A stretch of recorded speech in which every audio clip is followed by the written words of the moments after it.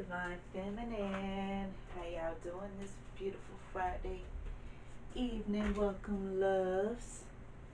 And welcome to Goddess Luvology Tarot. I am Kim the Goddess.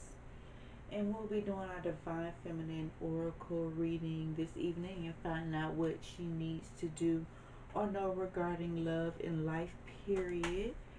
Thank you to all of my viewers and supporters thus far. Please don't forget to like and subscribe so that we can grow this channel and bring more messages of light and love to the collective. So I did update my description box and give you a little bit of background on myself along with my signs. I currently don't do personal readings. I'm not sure if eventually I will get to them. We will see. As for now, I will be doing general readings. At the beginning of the year, I do want to start doing individual individual zodiac sign readings for the channel and see how those work out. We'll try out some different things and see, do some surveys and see what you guys like or don't like and try to get this channel up to where we want it to be. So, let's get into this reading. I have already pre-shuffled the cards, so we'll do them again and clear any previous energy from the cards. Alright. And ask for a blessing. And thank our spirit guides and God and the Archangel Michael, especially for his protection, first and foremost. And for his divine guidance, we're just going to ask, what message do we have for the Divine Feminine Collective tonight? What message do we have for the Divine Feminine Collective tonight? Alright, I definitely got to get a better table because I don't like these cards flipping out like this. So we got 3, so I'm going to take these 3. I got the Divine Mother. I'm going to take this bottom card. That's the overall energy here. Okay, so we got Sarada Devi. I want to take Umoja too. I'm going to take Umoja too. I actually want to put Umoja right here. And we're going to put, okay. Let's put down here. I'm sorry, y'all. I went to put Umoja. Okay, right there. Alright, so we have Sarada Devi, the Divine Mother. Unconditional love exists within me. The presence of love is the absence of judgment. Then we have Rabia, the Queen of Saintly Women. I am in service of divine love. I move the way love asks me to move. Then I have Mai Bago, the Warrior Saint. I am a warrior of love. My devotion attracts resources and support. Then we have Queen Esther, the Morning Star. My ego is in service of my soul, and I trust my soul's divine timing. And then the overall energy here I have is Umoja, the goddess of all that flows. I am an ocean of creative energy. I give birth to what exists within me. So let's first go with, and I'm remembering again, this book is not in from the last reading, this book is not in alphabetical order, so I'm gonna have to bookmark this book.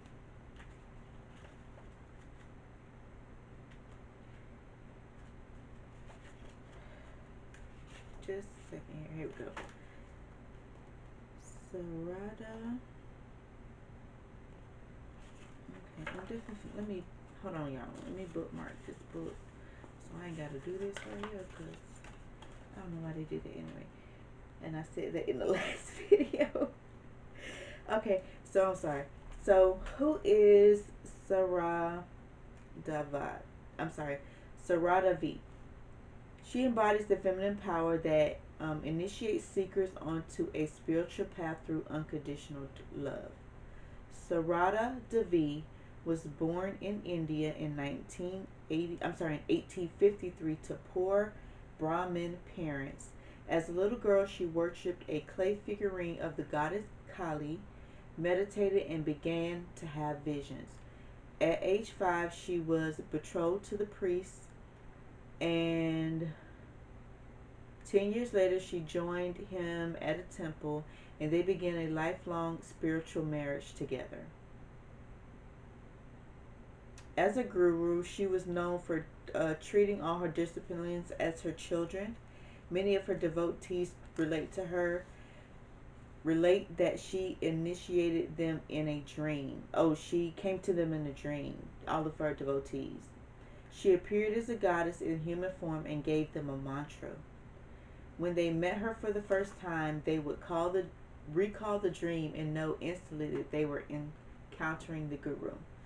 Okay, so when your soul selects this card, Sarada Devi loved all her disciplines unconditionally and equally. In her teaching, she emphasized that there is no such thing as a stranger. She encouraged her devotees to understand that everyone we meet is actually a part of us and is connected to us. And that if we want to experience true peace, we need to own the fault and judgment that we project onto others. We need to see our own faults and forgive them with love. Sarada Devi whispers gently to us, no one is a stranger, my child. This whole world is your own. So if something keeps showing up in the people we meet and in the relationships we are cultivating, Sarada asks us to meet them from within us, meaning the aspects of this other person that might be causing us pain or frustration. Okay, so meaning the aspects of this other person that might be causing us pain or frustration or just plain aversion. These same aspects exist within us. So we are a reflection. So what that is saying is when we encounter people, encounter them as though you're looking in a mirror. So when someone is in pain and someone is suffering on the inside, be that mirror and have a compassion. It's always a message of compassion here. Unless we're willing to really meet these aspects within us, the universe will keep presenting them to us in our relationships. And it's not to piss us off, it's to free us. It's not a deep love for us to fully heal. The goal here is for us to love ourselves fiercely from within, without judgment or shame for where we are in the moment. The goal is to let us mother ourselves with unconditional love. The goal is to let us mother ourselves with unconditional love. That's the only love that will quiet those harsh, critical voices within us. So we can stop wasting our time mired in judgment of others and ourselves and get on with being the perfectly imperfect light that we are. So ask yourself, what am I currently judging or criticizing about myself? And the intention is unconditional love exists within me. The presence of love is the absence of judgment. Alright, so next we have Rabia. And her intention is, I am in service of divine love and I move the way love asks me to move. And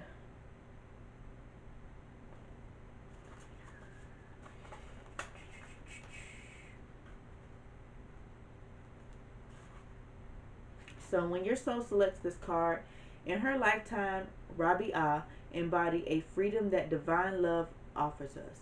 If we see her life as a metaphor of the soul's progression, we went from slavery to sainthood by devoting herself to Allah. Okay, let's start that over. If we see her life as a metaphor of the soul's progression, she went from slavery to sainthood by devoting herself to Allah. Her only concern was the love that she could give to God. Her every action was motivated by her devotion to God, and through it she received the greatest spiritual gift, self-realization. Although it can be very difficult, loving without expectations is a profound spiritual practice. More often, our love for someone is loaded with ideas of what that person needs to be for us. But divine love is unconditional. It's a love that seeks only to love. No hidden agendas, no strings attached. Rabia relates in one of her poems, prayer should bring us to an altar where no walls or names exist. Prayer should bring us to an altar where no walls or names exist. Each time we are able to love someone or ourselves without conditions to that love, we arrive at this altar within ourselves. We free them and ourselves. We remember what Ra'abi knew so well, that to love just for the sake of loving lets the divine act through us. To love just for the sake of loving lets the divine act through us. So ask yourself, are my current actions motivated by love? Okay, so then next we have Miss Mai Bago. Okay. Y'all just got this deck. If you watched the last Divine Feminine reading, so we're going through this and learning as we go.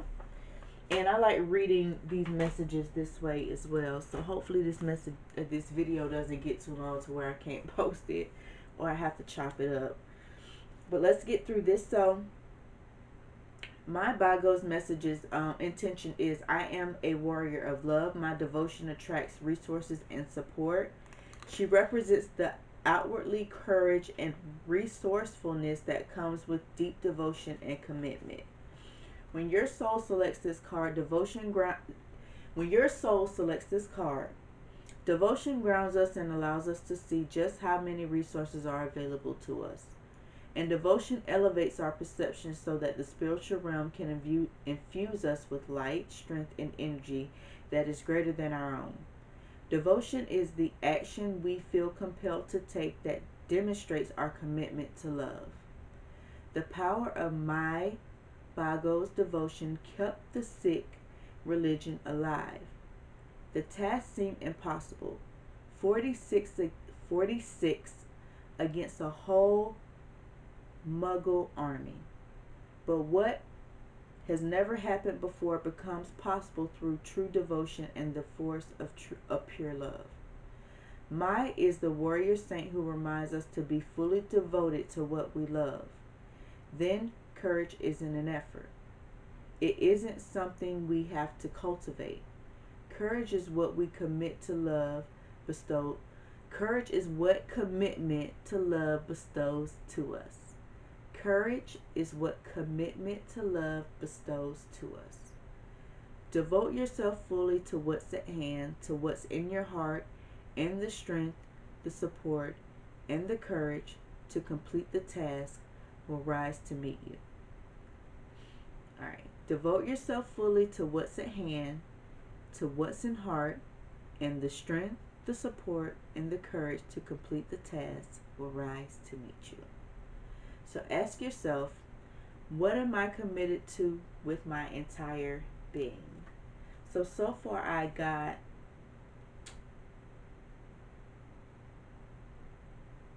if whatever you do, if it's not coming from a place of love, if it's not coming from that place of light and unconditional love, then it's not worth doing. Because this strength and this courage that this is talking about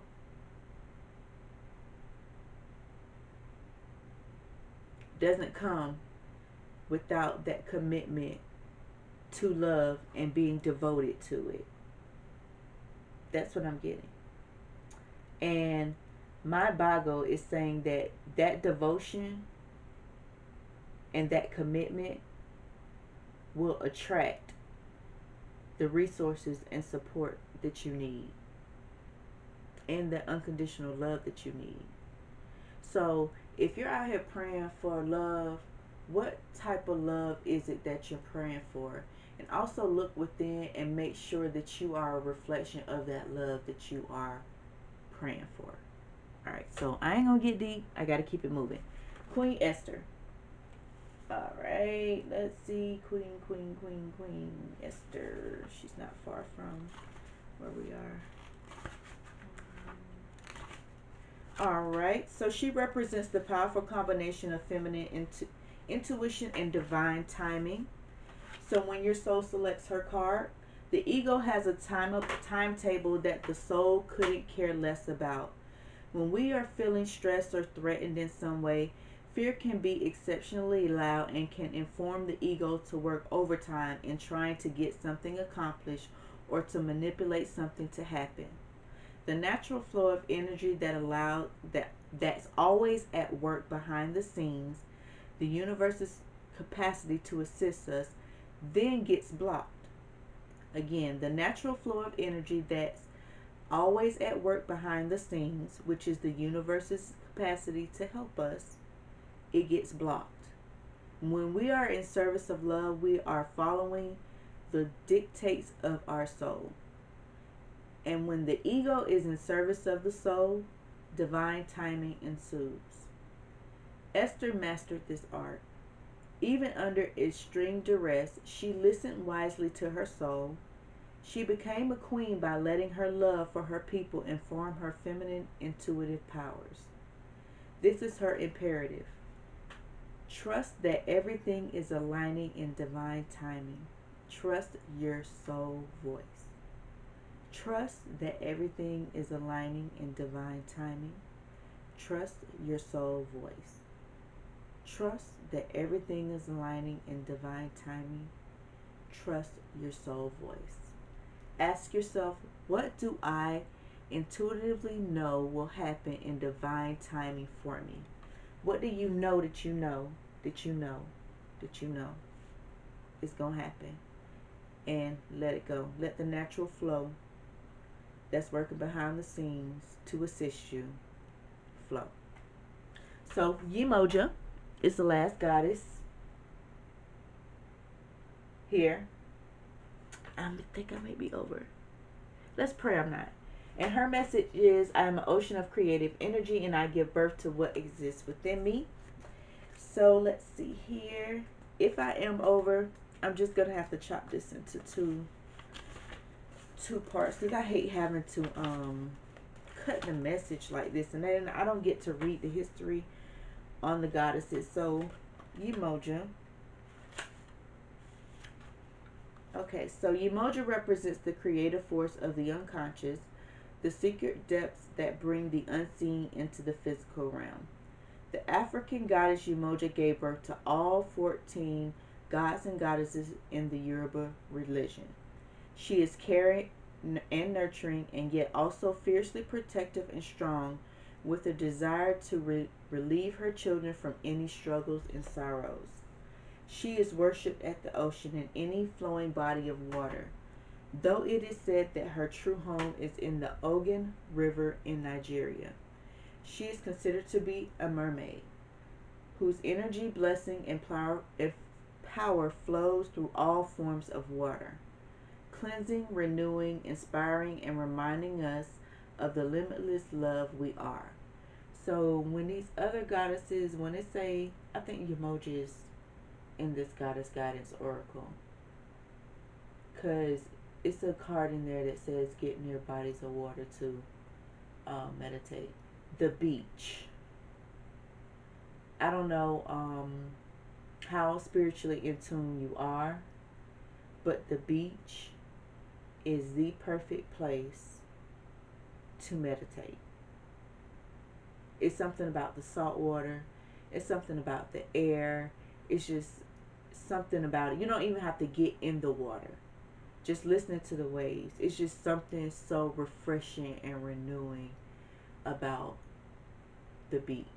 But I normally, when I have a lot on my mind, a lot of my secret spots here and in Tampa where I was born, they're near a body of water, and there's probably a bench where I can sit and I'm not secluded where it's dangerous.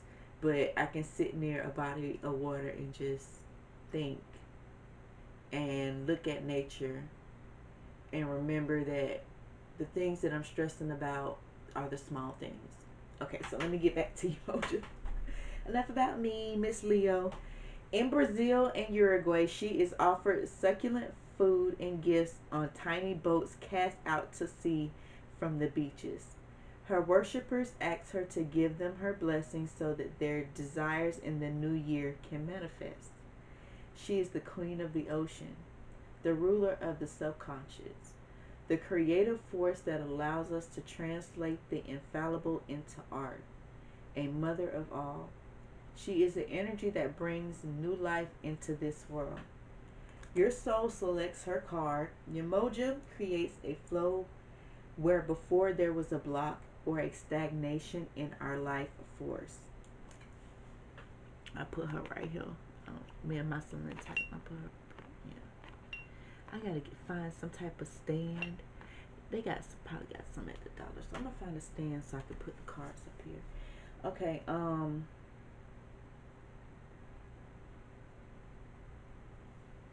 Okay, so Umoja creates a floor. I get sidetracked, y'all. I got ADHD and all this other stuff. I'm sorry. So Umoja creates a floor where before there was a block or stagnation in our life force. When we feel uninspired or stuck in life or in a creative endeavor, from having a child to writing a book, Umoja is the feminine essence that sets our energy back in motion. As a mermaid, she exists both in the world and also in the unseen depths. She can help us dive down deep into the unconscious or into the collective unconscious and retrieve the hidden secrets or the wise pearls that we need to integrate now for our life to flow again. As the queen of the ocean, she baptizes us to start over, to begin again right now, to let everything become brand new. She encourages us to use water as a ritual to send out our offerings to her, to bless our bodies in a warm bath, or to walk along a body of water and allow its perspective to give us the answer and blessing we seek. Umoja wants to cleanse us of the thoughts that are holding us back. Why do children calm down after a bath? Why do we feel healed or more centered after a nice long soak? Water is the element that held us in the womb. The return to our first and most primal element, the loss of gravity, the freedom of buoyancy.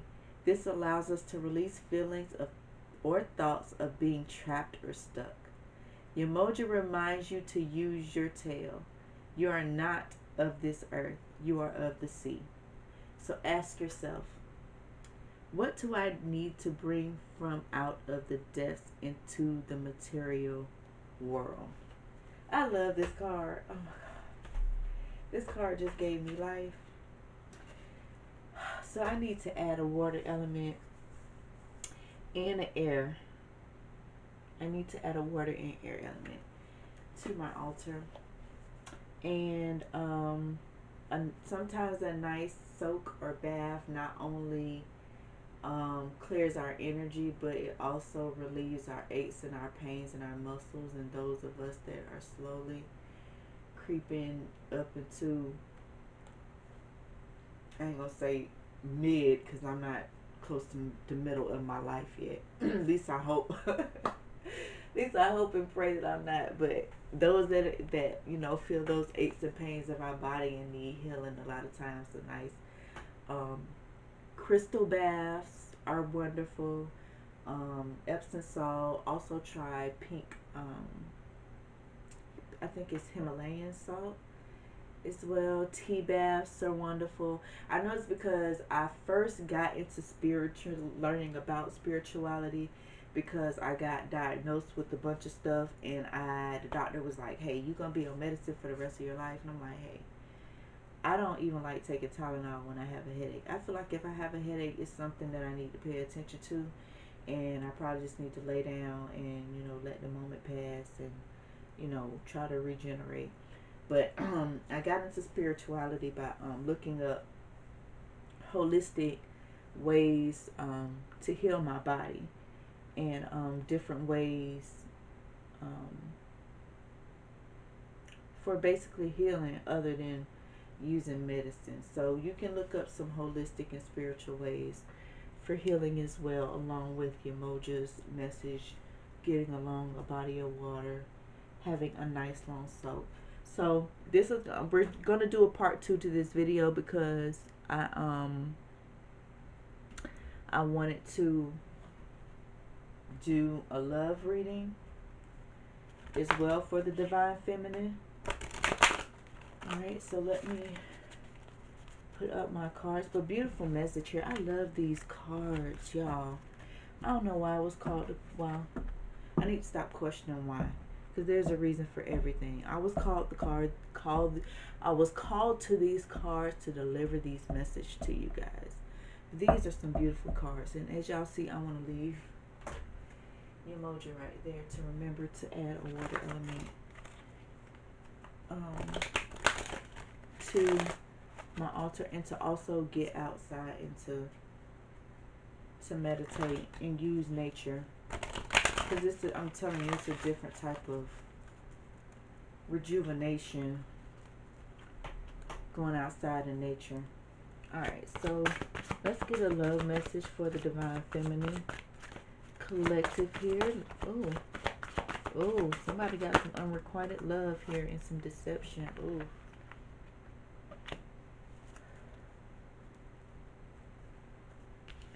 I got unrequited love and deception. Then I got romantic feelings and soulmate. Okay, so let's get into this. And on the bottom here, I have heart-to-heart conversation. So there's what I'm getting before I pull my other cards to get into the clarification. Here is there was some deception. Someone was wearing a mask in their previous relationship. They weren't happy. There was some unrequited love here because this is in the past. There is not enough attraction or chemistry to keep that relationship going. But there are romantic feelings in your relationship, in your situation. And it says that your feelings are real and worth exploring. This person is your soulmate, and there needs to be a heart-to-heart conversation. They may want to talk to you about this deception and this mask and what was going on in their past relationships in here. But don't let, if this unrequited love and deception was in your own past, speak about that. And don't let that keep you from exploring your romantic feelings with whoever this, because whoever this is your soulmate. So who's ever watching this and looking for some love information, it's telling me that this is your soulmate. So let's pull some clarification here. And look what I got.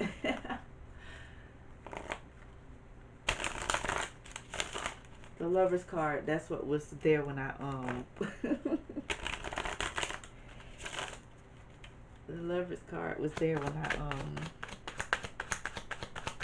split the deck. So let's ask for some clarification. Yep, hermit mode.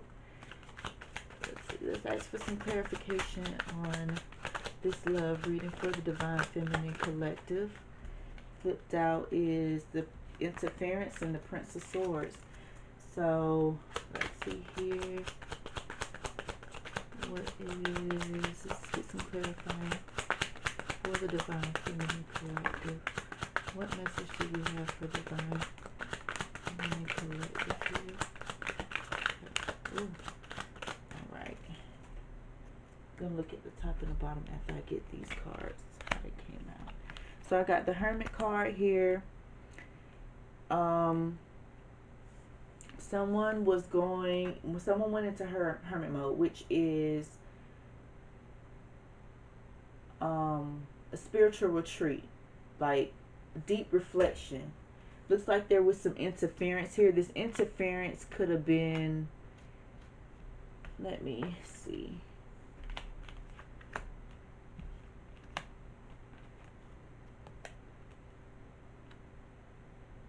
Looks like there's some victory here. And someone is the King of Swords, is chasing success. That's the Six of Pentacles. Okay. Alright, we got the King of Swords here. I'm thinking this King of Swords is this interference. This is a younger air sign here, while the King of Swords here is chasing success. I didn't get a Three of Swords, so I don't see no third party situations, but it looks like there was some strife here, and there is victory over that strife because I got the Five of Wands and the Six of Wands. So there was some battling going on here, but there's been some victory over whatever this strife was, and this King of Swords is racing on his white horse towards the success. Okay, so let's look at the bottom card. I got the Hangman and the Pleasure card, the Six of Cups. Okay, I'm sorry, y'all see me moving, messing with these cards. I have to move them and make them make sense. So Divine Feminine, if you are going back to the Divine Feminine Oracle cards, if you are praying and asking for this unconditional love, and you're wanting this love, because those cards ask you to ask yourself, what is it that you really, really want? And are you a reflection of that love that you are asking for? So if that's the case, then why is there interference here by a younger Prince of Swords right here? I ain't gonna get all up in the business. I really want to clarify this Hangman, but there should be no need for this interference because there is a victory. This person is chasing coins. They're not going through whatever it was that they were going through before. So let's get some clarity. Please clarify the Hangman and freedom. Oh, y'all, come on now. All these cards, come on. All these cards, come on. And I hate when I don't see if they upside down or upside right. All right, please clarify the Hangman. Please clarify the Hangman. See, let's get some clarification on this Hangman. Oh, I got the Nine of Pentacles that jumped out here. Gain. That's the Gain card. And then we got the, don't forget, we got the Six of Pentacles. I mean, the Six of Cups down here on the end. So let's get some clarification on the Hangman here. I just saw it. The Hangman is linked with Neptune, associated with breaking away from old patterns and reversals. You can flip the values of society and break through them. Hold on to something that is larger than your personal power, namely a higher belief or a new point of view. So this hermit mode, this is why they went into hermit mode, to get some spiritual clarity here. So hold on to something that is larger than your personal power or higher belief. The tree symbolizes a Kabbalistic tree of life. And the Ankh is the symbol of infinite vitality. The yoga pose on upside down. And the Hebrew represents water. Okay, so that's what this hermit mode was about. They went into hermit mode so they could get some spiritual clarity here and get back grounded spiritually is what I'm getting here. So that they can focus on this game, this Nine of Pentacles here. Let's see. Nine of Pentacles is linked with Venus in Virgo. Improvements in emotional and financial areas, yeah. The harvest of the sunflower symbolizes completion, achievement, material success through discipline and persistence. So if whoever this is like me, when I separate and break away from other people, it's to get myself together spiritually, financially, emotionally. It's to get everything in balance before I go out and try to deal with all these other energies. I have to get myself in line and myself in tune, or the things that go on around me affect me if I don't do that. So this person, it seems from what I'm gathering here, went into hermit mode so that they could get that spiritual grounding and improve their emotional and financial area. It looks like pleasure here. They do definitely want some, some, some. Sun in Scorpio. Whoever got Sun in Scorpio. Splashing water indicates pure joy. The lotus flowers show spiritual abundance. Oh, I'm being nasty. It's a pleasure though. Alright, so the lotus flowers show spiritual abundance. Children innocently playing indicate emotional healing and pleasurable childhood memories. The moon influences water and fluid and feelings. Again, cups are linked with emotions. So it looks like someone is healing some inner childhood wounds, which also goes along with one of the divine feminine cards that we pulled earlier.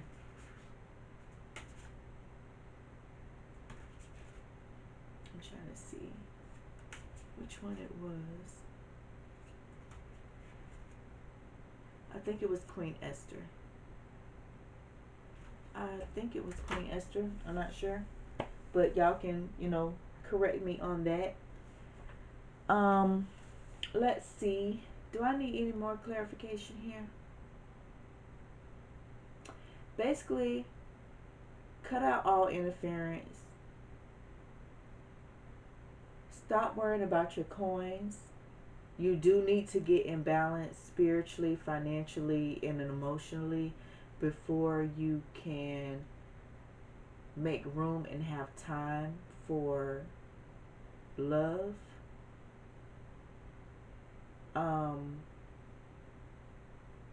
But it looks like here there's success, there's victory. So have a heart-to-heart conversation and move forward in success, in love. See, they playing in the water together. That's why I was being that's why I was being nasty. They're not naked, but they're playing in the water together with their cups here. Okay. Alright, so that has been my divine feminine late night oracle reading real quick tonight, since I had the time. So let me go ahead and get these edited and post it for you guys. I love you. Thank you for your support. Please continue to help me grow this channel. Don't forget to subscribe. I did add some information to the description box about myself. I will, there's also a link to my website. I'll be adding merchandise this coming week for the holidays and New Year's. I'll also be try to add some merchandise to the channel there as well to help support the channel. And again, thank you. Be blessed and stay blessed because you are blessed. And namaste. Bye-bye.